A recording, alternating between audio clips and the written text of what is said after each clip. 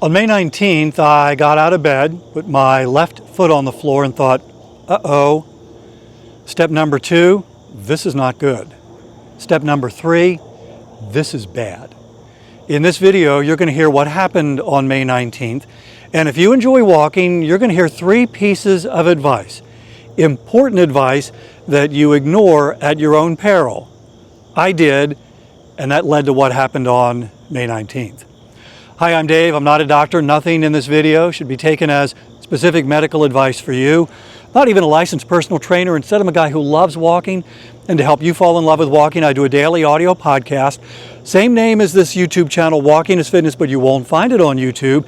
Instead, you'll find it in Apple Podcasts, Spotify, Overcast, wherever you enjoy listening to your favorite audio podcasts. Each episode is 10 minutes, designed to provide you with a little added motivation to get out the door and take the walk. And to keep it fun, every episode is recorded while I'm out walking, so as you're listening, it's kind of like we're taking a walk together. Walking delivers tremendous benefits, research-backed. It can lower the risk of an early death and lowers the risk of those things that could lead to an early death, like heart disease. So we're talking heart attack, stroke, certain cancers, type 2 diabetes, and dementia. Walking is also a great way to calm anxiety, to manage stress. Walking can also help us to think better and even be more creative. And in case you're wondering, walking can also help you lose weight and manage your weight moving forward. But none of that happens if you can't walk because you're in pain. So on May 19th, I got out of bed and my left knee was hurting. Every time I planted my left foot on the floor, my knee was saying, nope, nope, nope, not going to happen. Now, this is actually something I've experienced before. My knee hurts, it's kind of random, and I just stop and shake it off and take a couple of steps gingerly, and usually within moments the pain goes away. But on the morning of May 19th, that was not happening. I was shaken, I was moving slowly, but that pain was not getting better. And so I spent about a half hour to an hour walking around holding things. The edge of the bed, the wall, the door, counters, cabinets, chairs. Wondering, is this going to resolve like it has in the past, or am I going to have to make an appointment and talk to a doctor and maybe need surgery and then months of recovery? Gratefully, within about an hour, it started to resolve. By the end of the day, my knee was pinging occasionally, but it was much better than it had been at the start of that day. And I knew pretty early on that the culprit was the shoes that I was wearing. And you might be wondering, wait a minute, how could shoes impact your knee? We'll get to that.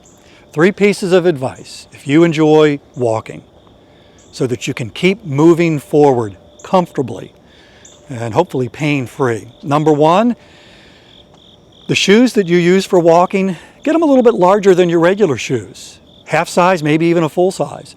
So I normally wear a size 9 shoe. The shoes that I'm wearing right now, 9.5. I've even had walking shoes, size 10. Our feet expand, they swell. They get bigger as we're walking. And so you want to give your feet room to breathe. And so that can keep your feet comfortable. That's number 1. Number 2, I wish shoes, high quality shoes that we pay a lot of money for, would last forever, but they don't. The experts recommend that we replace our walking shoes every 300 to 500 miles. Now it depends on a variety of factors, how big you are, how you walk, the surface that you're walking on. But 300 to 500 miles, and I'll do the math for you. If you walk 10,000 steps a day and you're wearing the same pair of shoes, 10,000 steps is about 5 miles. So you reach 500 miles in 100 days, so a little more than 3 months. 10,000 steps a day, you need to be replacing your shoes about every 3 months. Now you can help them last a little bit longer by having specific shoes for walking and other shoes for just kind of doing your normal day-to-day stuff. But every 300 to 500 miles, these shoes need to be replaced, or they start losing their support, and I can feel it in my feet. My feet start to get achy. when my shoes are getting old. In fact, the shoes that I'm wearing now probably need to be replaced. I was out walking the other day, put on a lot of steps, and I could feel it in my feet. It's like, yeah, I've had these for a while, time to get new shoes. And then number three, talk to an expert about the shoes that are best for your feet. Don't simply look at somebody else's shoes and go, oh, I like those. What are they? I should get a pair of those. Your feet are unique. You need shoes that are specifically right for your feet right now in this season of life. So what led to the incident on May 19th? For several months, I had been wearing shoes that were wrong for my feet. I liked the way they looked. I even liked the way they felt, but they were wrong for my feet. I was wearing shoes that are known as stability shoes. They provide more stability. They were basically doing a lot of the work. And so over time, that allowed weaknesses to develop. And those weaknesses led to pain in my left knee.